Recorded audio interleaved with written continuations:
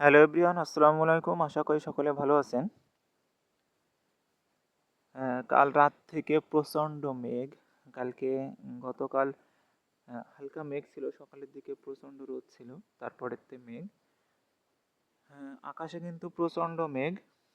এদিকে আমাদের কিছু ধান কিন্তু মাঠে কেটে ফেলে রাখা আছে, কিছু কাটতে রয়েছে এবং কিছু বাড়িতে নেশা হয়েছে, যেটা গত ভিডিওতে যেগুলো দেখানো হয়েছিল সেগুলো কিন্তু বাড়িতে আনা হয়ে গেছে। আহ, খুবই চাষিদের জন্য এই সময়ের বৃষ্টিটা খুবই কষ্টের হবে, কেননা মাঠে এখন প্রায় অধিকাংশ মানুষেরই ধান ধান কিন্তু কাটা রয়েছে। এখন যদি বৃষ্টি হয় তাহলে কিন্তু অনেকটা ভোগান্তিতে পড়তে হবে। ভোগান্তি হলো এই ধানগুলো প্রচণ্ড যদি বৃষ্টি হয় তাহলে কিন্তু সেই ভিজাতায় নিয়ে চলে আসতে হবে আগা মাগা আগা কেটে। যেহেতু আমাদের এই অঞ্চলে নদী আছে, খাল বিল আছে, সেহেতু আমাদের বিলে কিন্তু পানি জমে থাকে না। পানি খাল দিয়ে কিন্তু নদীতে চলে আসে। আপনারা অনেক ভিডিওতে দেখেছেন নদীর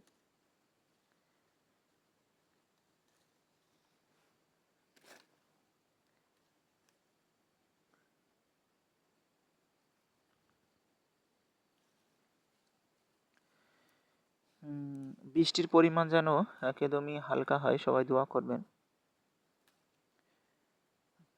বৃষ্টি যদিও হয়, যদি হালকা পরিমাণে হয় তাহলে সমস্যা হবে না।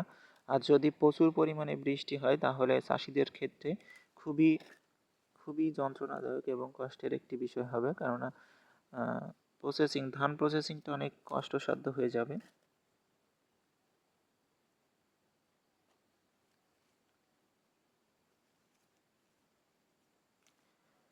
আমি এই গাছ থেকে যেগুলো বতি ঝাল সেগুলো তুলে ফেলতেছি। গাছে দেখুন কি পরিমাণে ফুল এই ডালটিতে, এবং প্রচুর পরিমাণে মরিচ হয়েছে।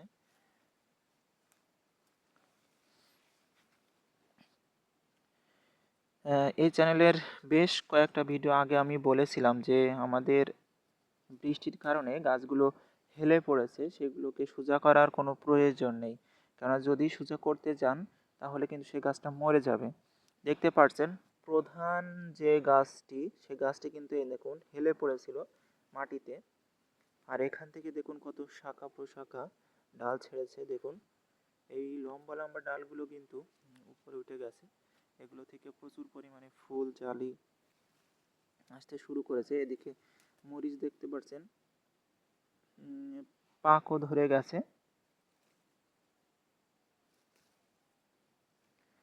গত কয়েকটা ভিডিও আগে বলেছি যে আমাদের মরিচুলার একটা ভিডিও দেখিয়েছিলাম, যেখানে বলেছিলাম যে আপনারা এমন 10-12টা গাছ থাকলেও কিন্তু আপনাদের খাবারের যে চাহিদা, মরিচের বা ঝালের যে চাহিদা, সেটি কিন্তু আপনারা সেখান থেকে যোগান দিতে পারেন।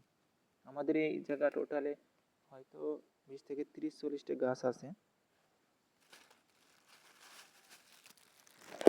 প্রচণ্ড মেঘ আকাশে।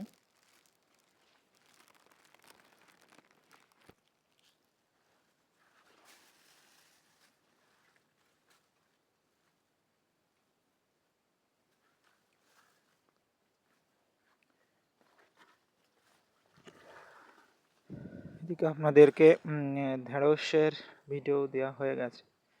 ইতিমধ্যে গাছগুলোতে প্রচুর পরিমাণে ঢেঁড়স হয়েছিল, আপনাদেরকে দেখিয়েছি। আসলে ঢেঁড়স দেখুন কত পরিমাণে লম্বা, এটা কিন্তু টোটালি জালি। এই দেখুন একেবারে ভেঙে গেল, এটা কিন্তু একদমই জালি। এই যে এটা দেখুন কত লম্বা, এগুলো কাটা দিয়ে কেটে নেব। দেখতে পাচ্ছেন জালি কিন্তু প্রচুর পরিমাণে।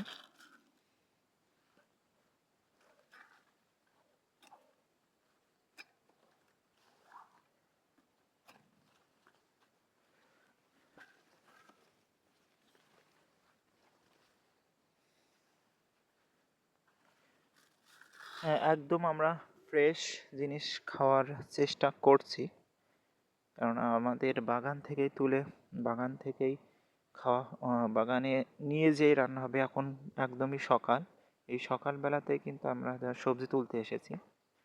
যেটি বলছিলাম যে আকাশে প্রচণ্ড মেঘ, বৃষ্টি সম্ভাবনা আছে, কারণ সামনে বর্ষা যেটি বলি না কেন। এদিকে জালে শেড দেওয়ার পরও কিন্তু পাখিগুলো প্রচুর পরিমাণে ঢুকছে। সাইড দিয়ে একটু কাজ বাকি এখনো, সাইডে ভিতরে যেতে হবে।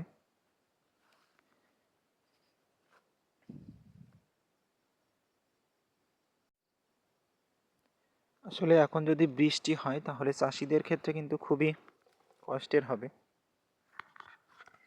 কেননা বৃষ্টি, এই শীত বৃষ্টি, এখন যে বর্ষা, এখন এখন যে ধান কাটার মৌসুম, সেটি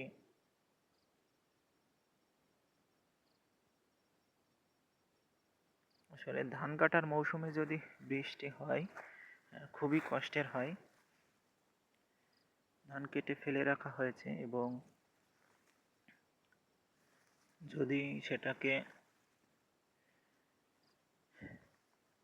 যদি রোদে শুকানো না যায় তাহলে কিন্তু খুবই কষ্টের একটি বিষয় হয়।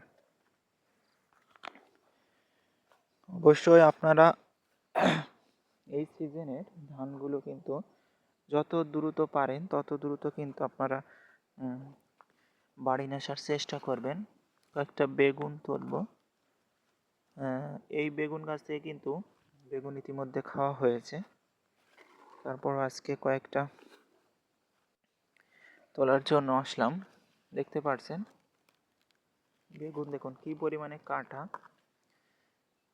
এখানে কিন্তু পোকা লাগেনি, এমনি একটু অন্যরকম। তবে এই গাছটা দেখুন কিরকম একটু নষ্ট হয়ে গেছে, সাদা ভাব হয়ে গেছে, তারপর বেগুনটা মাশাআল্লাহ অনেক সুন্দর আছে। এদিকে আরও একটি গাছ। আসলে আমি গত ভিডিওতেই বলেছিলাম যে কাটা বেগুনের বিকল্প নেই। এই যে এখানে একটা বেগুন, এটা পাখিতে ফুটো করেছে, তবে ভালো আছে অনেক। কাটা বেগুনের যে টেস্ট আপনি অন্যান্য শত বেগুনেও খুঁজে পাবেন না। এই যে এছাড়া আমাদের বাগানে কিন্তু দু একটা ভাঙড় বেগুনও আছে। এই যে দেখতে পাচ্ছেন আপনারা, আমরা যদি কীটনাশক ব্যবহার করতাম তাহলে কিন্তু এতটা নষ্ট হতো না। তারপরেও কিন্তু আমাদের কীটনাশক ব্যবহার করা খুবই কম। কীটনাশক ব্যবহার করা খুবই কম বলতে এখানে দেওয়াই হয়নি। এই যে মরিচ বেডে এবং এই যে বেগুন গাছ যাই আছে খাবারের জন্য, ইনশাল্লাহ এগুলো হয়ে যায়।